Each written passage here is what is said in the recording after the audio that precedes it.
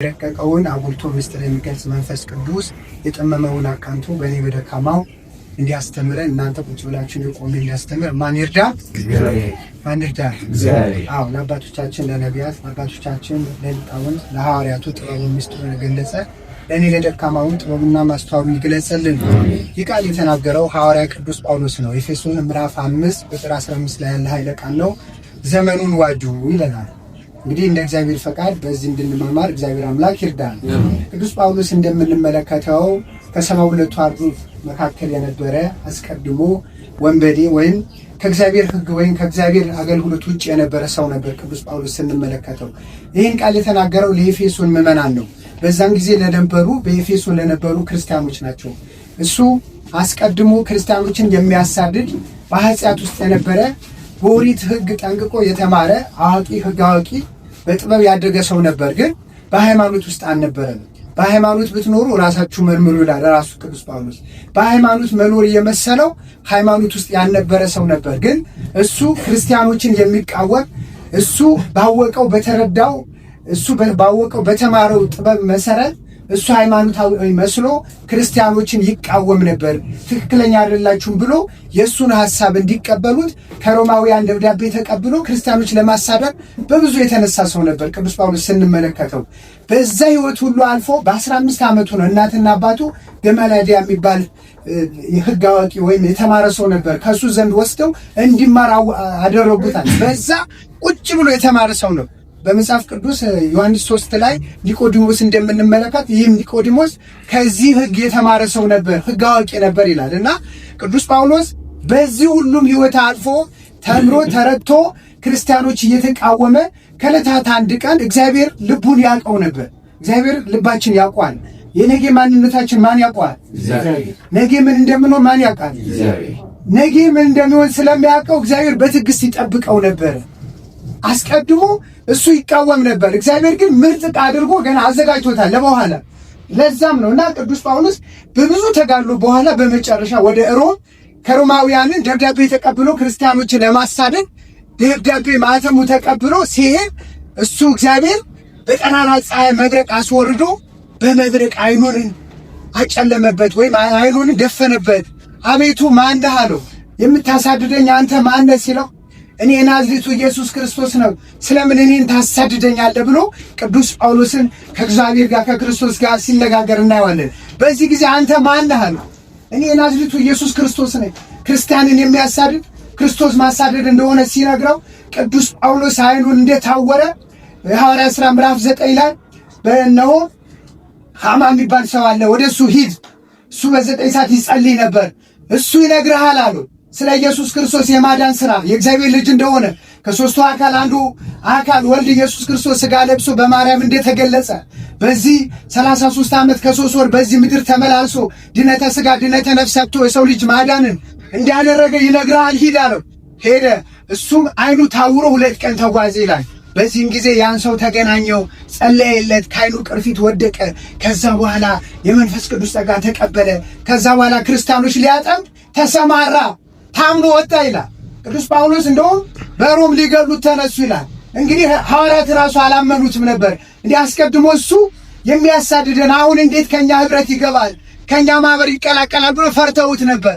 ለ3 ዓመት በኢየሩሳሌም ቆየ ይላል። ሊገሉት በተነሱ ጊዜ በቅርጫት አድርገው እንዳስመለጡት ሁላ ይናገረናል። በረከቱ ይደርብን እና ከ14ቱ መልእክታቱ አንዱ ይህ ቃል የጻፈው ቅዱስ ጳውሎስ ነው ለሮማውያን ክርስቲያኖች፣ በኤፌሶን ላሉ ክርስቲያኖች ዘመኑ ምን እንደሚመስል ከበኋላ ምን እንደመሆን እንዳለበት እንዴት በጥበብ መመላለስ እንደሚችሉ ሲነግራቸው እንዲህ ይላል ምዕራፍ 5 ቁጥር 15 ላይ እንግዲህ እንደ ጥበበኞች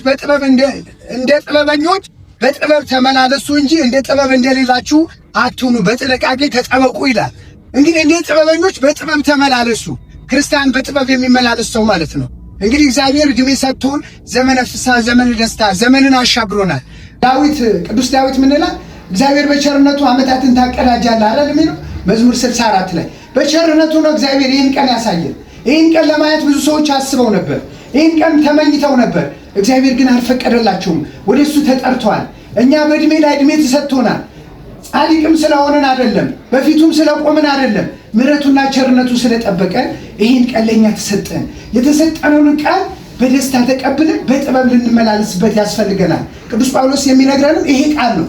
በጥበብ ተመላለሱ፣ እንደ ጥበበኞች ሁኑ እንጂ እንደ ሞኞች ወይም ጥበብ እንደሌላችሁ ሰዎችን አትመላለሱ፣ ተጠንቀቁ ይለናል። እንግዲህ ጥበብ በመሆን የዚህ ዓለም ገዢ ዲያብሎስ ዓለም ከተፈጠረ ጊዜ ጀምሮ ሰዎችን ለማጥመድ ዘወትር እሱ አይተኛም ይላል ሐዋርያ ቅዱስ ጴጥሮስ ምዕራፍ 5 ቁጥር 1 ላይ አንደኛ ጴጥሮስ።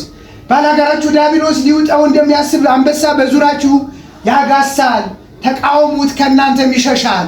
በጾም በጸሎት በቅድስና በእውነት በእግዚአብሔር ፊት ስንመላለስ ዲያብሎስን መቃወም እንችላለን ወገኖቼ።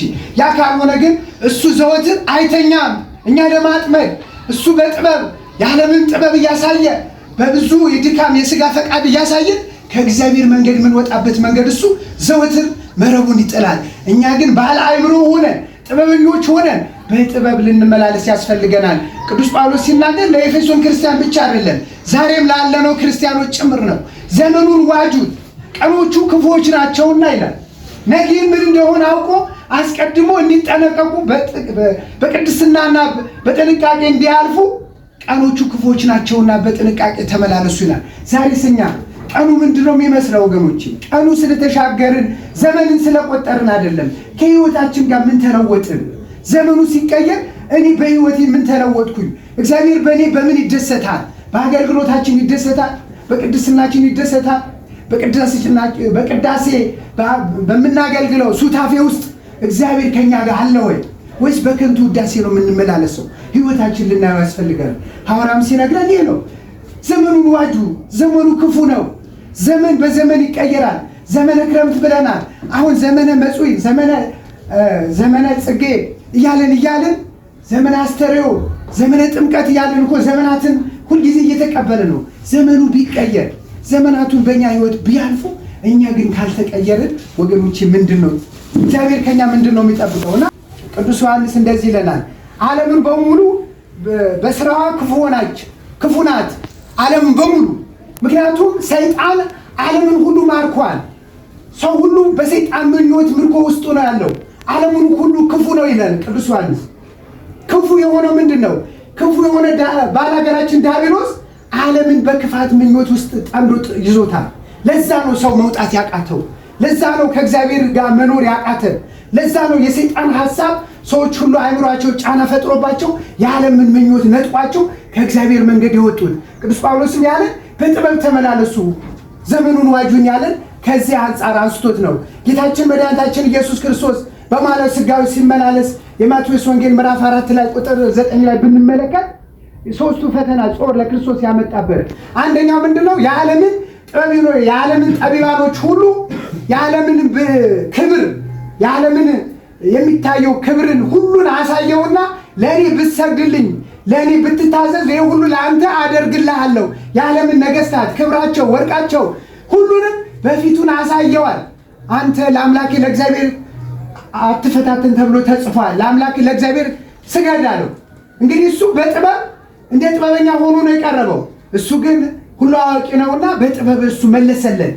የዓለምን ነገሥታት ክብራቸውን፣ ወርቃቸውን፣ ጌጣቸውን አሳይቶት ለእኔ ብትሰግድልኝ ይህ ሁሉ ለአንተ አዝልሃለሁ።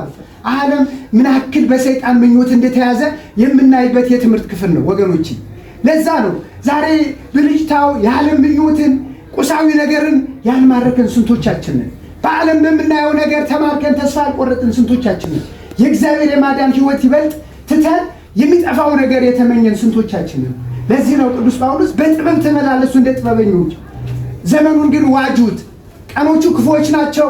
ነገን የሚመጣውን ቀን የሚያመጣው ክፋትን አሳይቶ ለእነዚህ ክርስቲያኖች ለኤፌሶን ምዕመናን የተናገረው ዛሬ ለእኛም ጭምር ነው ወገኖቼ። በጥበብ ልንመላለስ ያስፈልጋል። ዲያብሎስ ክፉ ጠላታችን ዘወትር እሱ አይተኛም።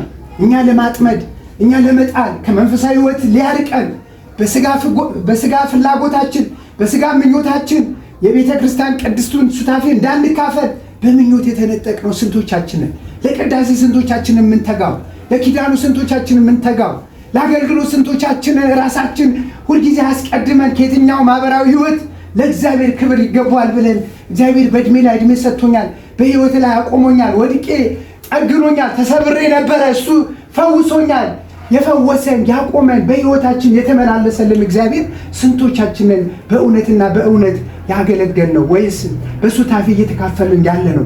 ዘመኑን አልጣለንም ወይ ወገኖቼ? ዘመኑን እኛ የሰነጠልን መስሎን ግሎባላይዜሽን ዓለም ወደ አንድ መድረክ ሊያመጣን የሚታየውን ብልጭታ በፌስቡክ በምናየው ድረገጽ ውስጥ ያልተጠመድን ስንቶቻችን ነን? ህይወታችን ከእግዚአብሔር ጋር ነው ወይ? እግዚአብሔር በእኛ ህይወት እየተደሰተ ነው ወይ? እግዚአብሔር እያገለገለን ነው ወይ? መጽሐፉን እያነበብነው ነው ወይ? እስኪ ራሳችንን እንፈትሽ። ለዚህ ነውና ቅዱስ ጳውሎስ ዘመኑን ክፉዎች ናቸውና ዘመኑን ዋጁ። ሐዋርያ ቅዱስ ጳውሎስ ቀኖቹ ክፉዎች ናቸው፣ ቀኑን የሚያመጣው ክፋት አለ። ሌላው አንደኛው ዘመኑ መዋጀት። 5 ነገሮች ማየት ያስፈልጋል። ዘመኑ ስንዋጅ እንዴት እንዋጀው? አንደኛው ዘመኑ ስንዋጅ፣ ዘመኑ ዋጁ ማለት ምን ማለት ነው? ዘመኑን መቅደም፣ ዘመኑን የራስ ማድረግ፣ ዘመኑን መግዛት፣ በዘመን አለመቀደም፣ ራሳችን ዘመኑን ልንቀድመው ያስፈልገናል ማለት ነው። ይህ ማለት ዕለት ዕለት ወይም በየቀኑ የሚመጣብን የሰይጣን ፈተና እንደየአመጣጡ በጥንቃቄ በመመርመር ልናሸንፈው ያስፈልጋል። ሰይጣን ዘወትር እኛ ሊጥለን መረቡን ይጥላል። የሚመጡብን ፈተና በየቀኑ ልንመረምረው ከምን አንጻር ነው? እግዚአብሔር በምን ሊፈትነኝ ነው? ሰይጣን ነው? ከእግዚአብሔር ነው? ለመልካም ዓላማ ነው ብለን እንደ መንፈሳዊ በመንፈስ ቅዱስ ልንመረምር ያስፈልጋል። ክርስቲያን የሚመረምር እንጂ የሚመረምር አይደለም። በዓለም ምኞች የሚወድቅ አይደለም። ዓለምን የሚመረምር ነው። ለዛ ነው አባቶቻችን ይህን ሁሉ በመንፈስ ቅዱስ ተቃኝተው የእኛን ህይወት የነገ ህይወት እንዴት መሻገር እንዳለብን እንዴት ማለፍ እንዳለብን መጽሐፍ ቅዱስ ይነግረናል። ወገኖቼ ከኔ ጋር ናችሁ? እግዚአብሔር ከሁላችን ጋር ይሁን እና አንደኛው ዘመኑ እንዴት መዋጀት እንዳለብን ዘመኑን መቅደም፣ ዘመኑን መግዛት፣ ዘመኑን የራስ ማድረግ። ይህ ከሆነ ዘመኑን ቀደም ነው ማለት ነው። በዘመን አልተቀደምንም። ምክንያቱም ክርስቲያን ዕለት ዕለት በጾም በጸሎት ከእግዚአብሔር ጋር ህይወቱን ያቆራኛል። ሁልጊዜ ክርስትና የምንኖረው ህይወት እንጂ ክርስቲያን ነበርኩ፣ አገልጋይ ነበርኩ፣ ዲያቆን ነበርኩ፣ በሱታፌ ውስጥ አልፌ ነበር፣ ዘማሪ ነበርኩ ሳይሆን የዕለት ዕለት ህይወታችን የምንኖረው ነው ማለት ነው ክርስትና። ትናንት አስቀዳሽ ከሆነ ዛሬ የበለጠ ምን ላድርግ፣ በአዲሱ ዓመት እግዚአብሔር ከኔ ምን ይጠብቃል፣ ምንድነው የኔ ስራ የኔ ድርሻ ብለን ራሳችን ልንመረምር ያኔ ዘመኑን እየቀደምነው ነው። ዘመን በእኛ ላይ አይሰነጥልም፣ ምክንያቱም በጥበብ ተመላለስን ማለት ነው። እና ዕለት ዕለት የሚያመጣብን ፈተናዎችን በጥበብ የሰይጣንን ሐሳብ ድል መንሳት። ተቃውሙት አላለን? አንደኛ ጴጥሮስ ምዕራፍ 5 ላይ ተቃውሙት ከእናንተ ይሸሻል ተባለ። ሰይጣን ዘወትር እኛን ለመጣል እሱ አይተኛም አያንቀላፋም፣ እናንተ ግን ትተኛላችሁ። ተኝተናል ወገኖች፣ ስንቶቻችን አንቀላፍተናል? ስንቶቻችን ቅድም እንዳልኳችሁ ከሱታፌ እየተካፈልን ነው ወይ? እግዚአብሔር እያስደሰተ ነው አልዛልነው ወይ? ማህበር ለመጣት እኮ ስንት ሰው ደውሎልን፣ ስንት ሰው ቀስቅሶን፣ ስንት ሰው አይኔ ድር አለብኝ፣ እኔ ዛሬ እንደዚህ ማህበራዊ ህይወት አለብኝ፣ እኔ የሚሄድበት ጉዳይ አለ። ከእግዚአብሔር ጉዳይ የሚበልጥ ምን ጉዳይ አለን ወገኖች? የሚሞላልን እኮ እሱ ነው። በጉለታችን ያቆመን ማን ነው? የጠገነን ማን ነው? ይህን ቀን የሰጠን ማን ነው? ይህን ቀን ተመኝተው እኮ ብዙ ሰዎች ይህን ቀን እቅድ አቅደውበት ግን በእነሱ ቀን ሳይሆን እግዚአብሔር የጠራቸው ብዙ ሰዎች የሉ። እኛ ስለረዳን አቤቱ በምሕረት ብዛት ወደ ቤት እገባለሁ፣ እግሮች በሚቆሙበት ስፍራ እሰግዳለሁ አለ ቅዱስ ዳዊት። በምሕረቱ ብዛት ነው የተሻገርነው ወገኖች። እግዚአብሔር ስለረዳንና ስላቆመን ብቻ ነው። ማንም ጽድቅ ኖሮት የለም፣ ማንም ቅድስና ኖሮት የለም። እግዚአብሔር ቢመረምረን ማናችን በሱ ፊት የሚቆም ጸጋ ወይም በጎ ስራ የለንም። ቸርነቱና በደሙ ጋርዶ ዛሬ አቆመን ወገኖች። ይህን ቀን አዲስ ቀን ናት። ይህን ቀን ቅዱስ ጳውሎስ በልባችሁ መታደስ ተለወጡ እንጂ ይህን ዓለም አትምሰሉ አለ። ልባችንን ልናድሱ ያስፈልጋል። ከቂም፣ ከበቀል፣ ከተንኮል፣ ከዘረኝነት፣ ከቁጣ፣ ከክፋት ተለይተን ወደ ቅድስና፣ ወደ እውነት፣ ወደ ሰገነት፣ ወደ ሰማያዊ መላካዊ ባህሪ ልናድግ ያስፈልጋል። እንደ እንስሳት ልንሆን አያስፈልገን ወገኖች። ክርስትና የሚያድግ ነው። ክርስትና ጸጋ አለው። ክርስትና በሮጥ ነው ልክ የሚሰጠን ዋጋ አለ። ለዛ ዋጋ ልንሮጥ ያስፈልገናልና ከጠላታችን ልንጠነቀቅ ያስፈልጋል። ጠላታችን ልንቃወመው ያስፈልጋል። ጠላታችን ድል ልንነሳው ያስፈልጋል። እናንተ ተቃውሙ ድል ንሱት እንዳለ ክርስቶስ በዓለም ሳላችሁ መከራ አለባችሁ እንዳለ ጠላትን ክርዳድ ይዘራል ወገኖቼ። ዕለት ዕለት በህይወታችን በትዳር ይመጣል፣ በስራ ይመጣል፣ በህይወት ይመጣል፣ በኑሮ ይመጣል። በዚህ ሁሉ ነገር ያዳክመናል። ያኔ ተስፋ ልንቆርጥ ይፈልጋል። እኛ ግን እንደ ቅዱስ ኢዮብ አባታችን ጻድቁ በመከራ በሰውነቱ መከራ ተቀበለ። ያ ሁሉ በሰይጣን ተፈተነ። ዓለምን ዞሬ መጣው አለው ዲያብሎስ። እግዚአብሔርና አለው ኢዮብን ወዳጄን አያው ሲለው አንተና እሱ በጥቅም ተያያዛችሁ፣ ምን ስላልጎደለበት አንተ ላይ ያመሰግን ነበር አለው። በዚህ ጊዜ ሂድ አለው። ሂድ የፈለከ አድርግበት፣ እኔ ኢዮብን አምነዋለሁ አለ። ሰይጣን መጣ። በአንድ ቀን 10 ሺህ የጋማ ከብቶች በመብረቅ አስፈጀበት። የእነሱ መርዶ ሳያልቅ የልጆቹን አስሩም ልጆቹ በታላቅ ወንድማቸው ደስታ ያደርጉ ነበር ይላል። በእነሱ መካከል እንደዚሁም በአንድ ቀን 10 ወንድ ልጆቹን አጣ። በዚህ ጊዜ የከብቶቹና የንብረቶቹ መርዶ ነግረው ሳይወጡ ልጆች ሞተዋል አሉት። ኢዮብ እግዚአብሔርን አመሰገነ። እግዚአብሔር ሰጠኝ፣ እግዚአብሔር ነሳኝ፣ የእግዚአብሔር ስም የተመሰገነ ይሁን። ከእናቴ ማኅፀን ራቆት የመጣው እንዲሁም እሄዳለሁ፣ እግዚአብሔር ስም የተመሰገነ ብሎ ከአንደበቱ የምስጋና ቃል ወጣ። ወገኖቼ በመከራ ውስጥ እግዚአብሔርን አመሰገነው፣ በፈተና ውስጥ እግዚአብሔርን አመሰገነው። እግዚአብሔርን ተደሰተበት። ዲያብሎስን አሁንም አልተወውም። ዳግመኛ ሁለተኛ ወደ እግዚአብሔር መጣ ይላል። መጽሐፈ ኢዮብ አንብቡት፣ ሙሉን አንብቡት። ስለ ኢዮብ ታሪክ በደንብ ይዘረዝርልናል። በዚህም ሁለተኛም ሊከሰው መጣ። እንደሚያስተዛዝን እንደ ለቀስተኛ ሰው መስሎ በኢዮብ ቤት ተገኘ። ኢዮብንም በፊንጫው ተነፈሰበት፣ ከፀጉሩ እስከ ጥፍሩ ተላ፣ ሸተተ፣ ቆሰለ። በዚህ ጊዜ ኢዮብ ሰውነቱ የሚያክበት ጥፍርን አጣ። በገል ሰውነቱ ያክ ነበር። በሰውነቱ የሁሉ መከራ መጣበት። ወገኖቼ ክርስትና እንደዚህ ያጸናል። በዚህ ሁሉ መከራ ውስጥ እሱ ግን አለፈው። በእምነት ቆመ፣ ያመሰግን ነበር። 3ቱ ጓደኞች ግን ጎሸሙት ይላል። አንዱ ጓደኛው ግን በእውነት ቆመ፣ ከኢዮብ ጎን ቆመ። ሌሎቹማ ያደረከው ኃጢአት አለ፣ በመከራ አልፈሃል፣ እግዚአብሔር በድለሃል፣ የሚገባ ተቀብለሃል ብለው እነሱ ጎሸሙት። እግዚአብሔር ካመጣብን ይበልጥ ሰዎች የጎሸሙን ይበልጣል። ወገኖቼ ሰዎችን ያሳደዱን ይበልጣል፣ ሰዎችን የገፉን ይበልጣል። እሱ ግን ጸና። ያ ጓደኞቹ ሁሉም እነሱ ተዘባበቱበት። አንደኛው ግን መጣና ኢዮብ አንተ እግዚአብሔር በድለህ ከሆነ እግዚአብሔርን ጠይቅ፣ እናንተ ጻድቁ ላይ አንደበታችሁ ስለምን ታነሳላችሁ? በጻድቁ ላይ አለ። በዚህ ጊዜ እግዚአብሔር መልአክ መጣ። ኢዮብ ተነስ ተባለ። ኢዮብ እንደውም እግዚአብሔር ምን አለው? ለ3ቱ ጓደኞች መስዋዕት አቀርብላቸው አለ። አያችሁ፣ መስዋዕት አቀረበ። ኢዮብ እግዚአብሔር ሕይወቱን አደሰለት። ከመጀመሪያው ይበልጥ የኋላኛው ሕይወቱ የተሻለ ሆነ። 175 ዕድሜ ኖረ። የኢዮብ ልጆች ከፊት ይበልጥ የኋላኞቹ ያምሩ ነበር ይላል። ክብርና ምስጋና ለእርሱ ይሁን። ክርስትና በዚህ መልክ ስናልፍ ነው። በመከራ ስንሻገር ገና ያልታደሰ ሌላ ሕይወት አለ ወገኖች። ዛሬ የጨለመብን፣ ዛሬ ተስፋ የቆረጥን፣ ነገ ተሻግረን የተሻለ ሕይወት አለ። ለተሻለ ሕይወት ግን ልንተጋ ያስፈልጋል። በጥበብ ልንመላለስ ያስፈልጋል። ጥበበኞች ልንሆን ያስፈልጋል። ሁለተኛው ምንና በጥበብ መመላለስ። ሁለተኛ ምን አልኳችሁ? በጥበብ መመላለስ። በጥበብ መመላለስ ማለት ምን ማለት ነው? በጥበብ መመላለስ ማለት በሃይማኖት መመላለስ ማለት ነው። መዝሙር 111 ቁጥር 10 ላይ የጥበብ መጀመሪያ እግዚአብሔርን መፍራት ነው ይላል። ጠቢቡ ወይም ዳዊት፣ ቅዱስ ዳዊት የጥበብ መጀመሪያ እግዚአብሔር መፍራት ነው። አዎ የጥበባቶች ሁሉ፣ የእውቀት ሁሉ፣ የሁሉ ነገር ሁሉ በላይ ማን ነው? እግዚአብሔር ነው። በጥበብ ልንመላለስ ያስፈልጋል።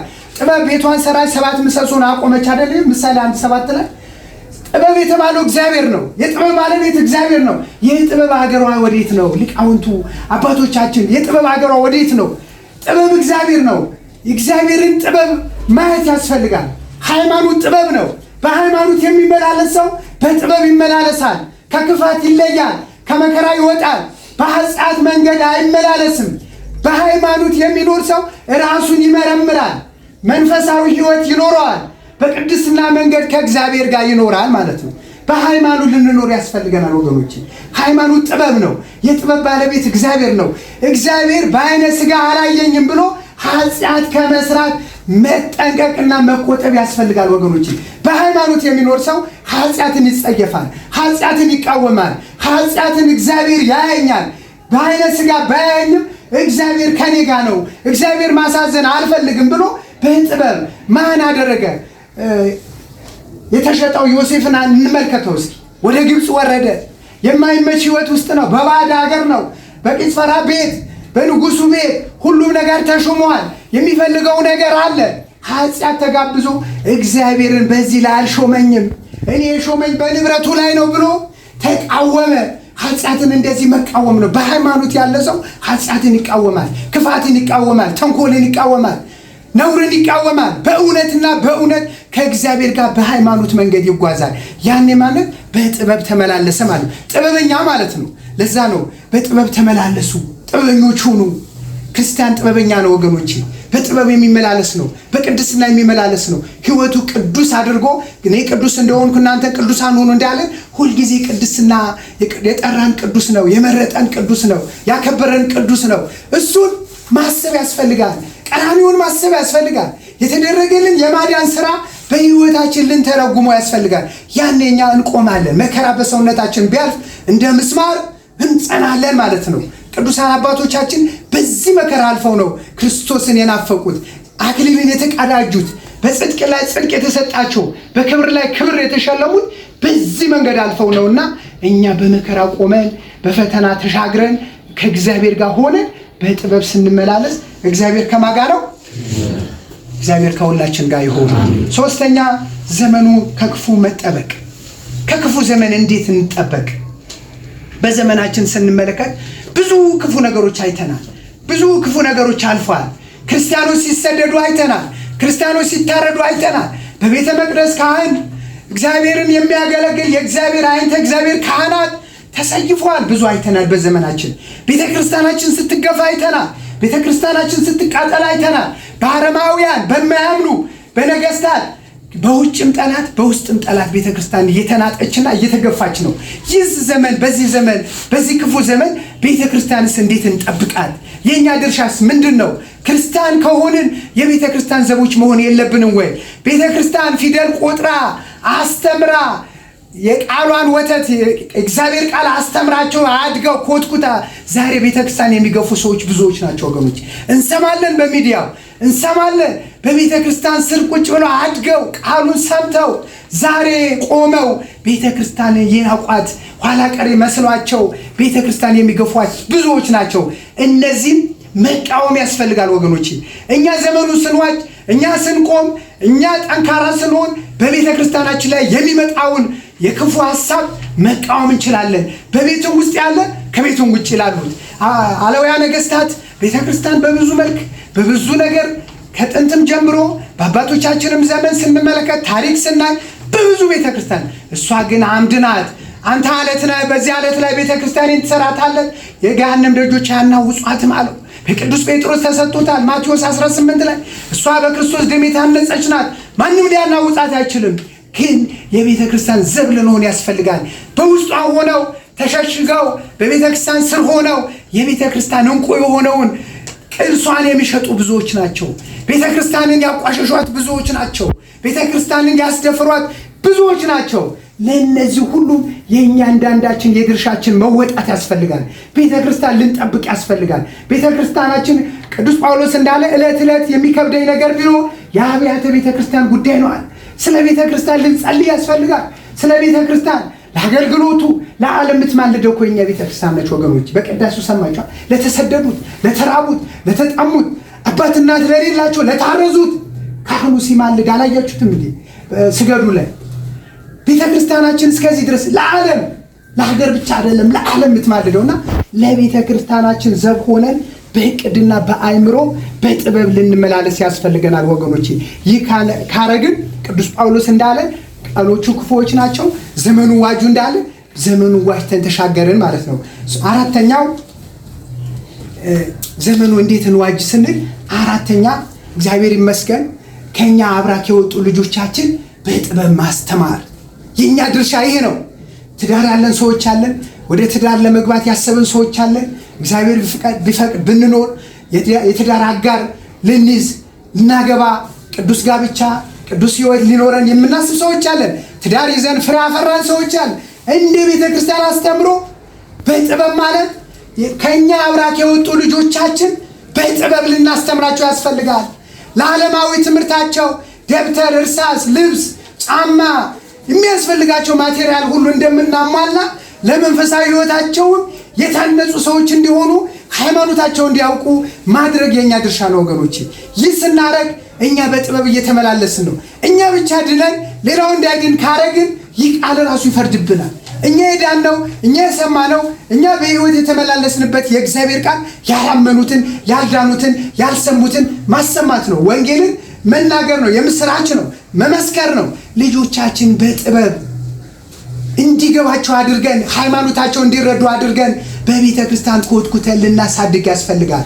የልጆቻችን ባላደራ እኛ ነን ወገኖች። ምክንያቱም እግዚአብሔር ይጠይቀናል። ልጆች የእግዚአብሔር ስጦታ ናቸው ይላል።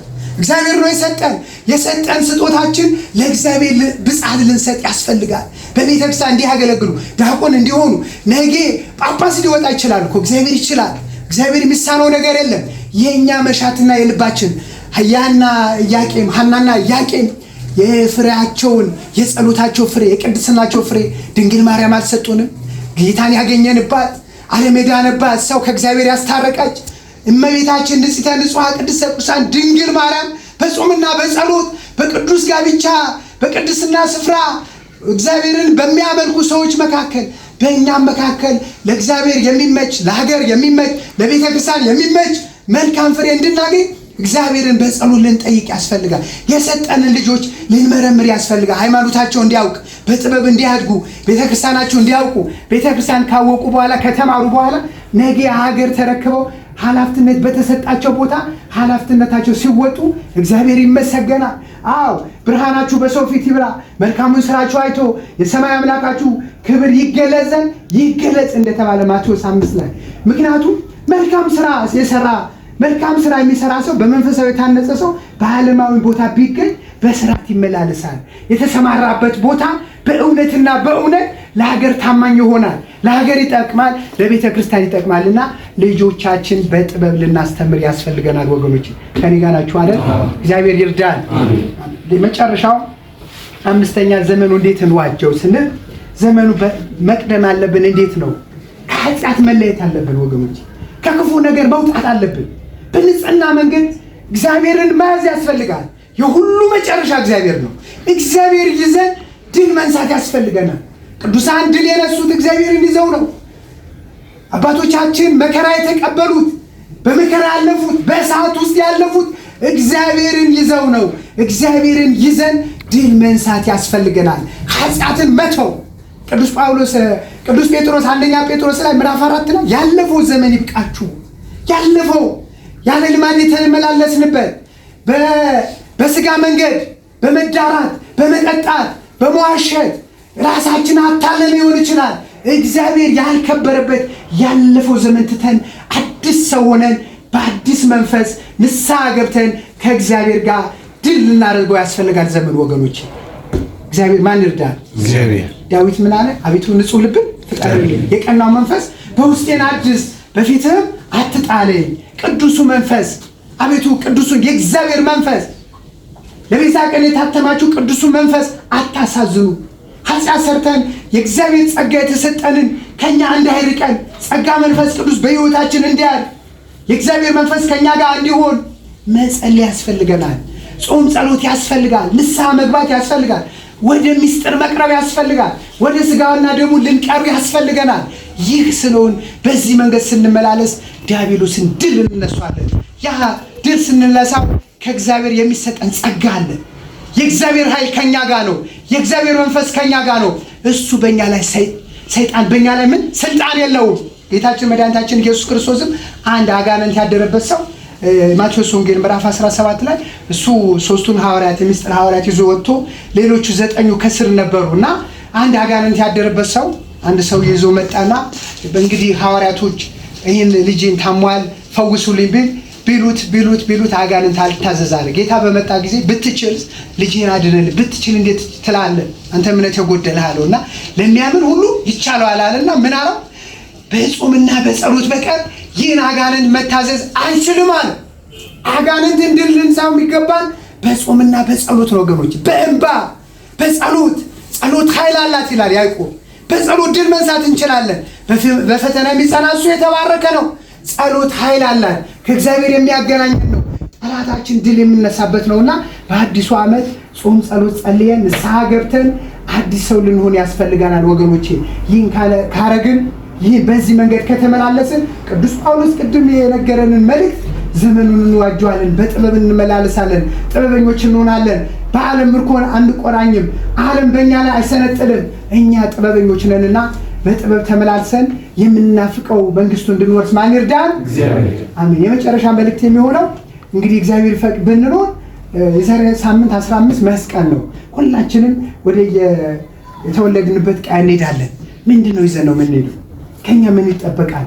እንደ ክርስትና እንደ ሐዋርያዊነት እንደ ተማረ ሰው ምንድነው እዛ ጋር የእግዚአብሔር ቃል የሚናፍቁ እናት አባቶቻችን ወንድሞቻችን ቃለ እግዚአብሔር እየፈለጉ ቃለ እግዚአብሔር ማግኘት ያልቻሉ በስራ ምክንያት የተለያየ ቦታ የሄዱት ለእነሱ ምንድነው ይዘንላቸው ምንሄድ? ምንድነው? እስኪ ነፍሳትን እናድን፣ ወደዚህ መረብ እናስገባቸው፣ ባሉበት ሆነው እግዚአብሔር እንዲያውቁ እናስረግጣቸው። እየነጠቁን እኮ ነው። ብዙ ጠላት ተነስቶብናል ወገኖች፣ ብዙ ስራ እየተሰራብን ነው። የኛ ድርሻ እንወጣ።